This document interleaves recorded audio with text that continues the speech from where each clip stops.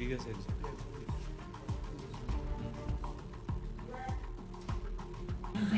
আপনার মেয়ের নাম কি?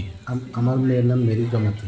আচ্ছা, কি হয়েছে মেয়ের? কি হয়েছে এখন মানে ডায়রিয়া হইতেছে, জ্বরও হইতেছে, ঘন ঘন টয়লেট যাওয়া লাগে, এটা আর কি। এটা কি মিড ডে মিল খাওয়ার পরের থেকে? সবাই পরে যায়, ভাই সবাই পরে যায়। আপনি সাড়ে তোমার মশালা নিরা কালকে রাত্রে বলে সোয়াবিনগুলো খাওয়াইছে। আচ্ছা, তারপরে থেকে সমস্যা। এটা জহন্নবোধ বিদ্যালয়।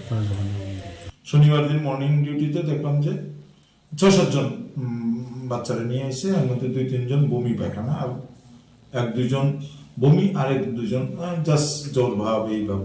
তো আলটিমেটলি জিজ্ঞাসা করলাম কালকে কি খেয়েছো, খুশি মাছ দিয়ে ভাত খেয়েছি এবং সবার মুখী মাছ। তারপরে জিজ্ঞাসা করলাম আর কি আজকে সকালে কি খেয়েছো, ঘুগনি খেয়েছি, রুটি ঘুগনি। তো রুটি ঘুগনিতে তো আর হওয়ার কথা না, আর খাওয়ার সাথে সাথে হয় না। সাধারণত যদি কোনো খাওয়ার থেকে হয়ে থাকে মিনিমাম ৬ ঘন্টা সময় লাগে। তো রাত্রেবেলা গেছে, সকালবেলা হয়েছে, হ্যাঁ, আর কেউ কেউ আবার রাত্রেবেলা ভোর রাত্রের থেকে শুরু হয়েছে, তার মানে কি ৪ থেকে ৬ ঘন্টা সময় নিছে। তো আমার কাছে মনে হয়েছে কোনো একটা খাবার থেকে পয়জনিং হয়েছে, তারপরে এই বাচ্চাগুলো অসুস্থ হয়েছে। মোট কতজন আনুমানিক?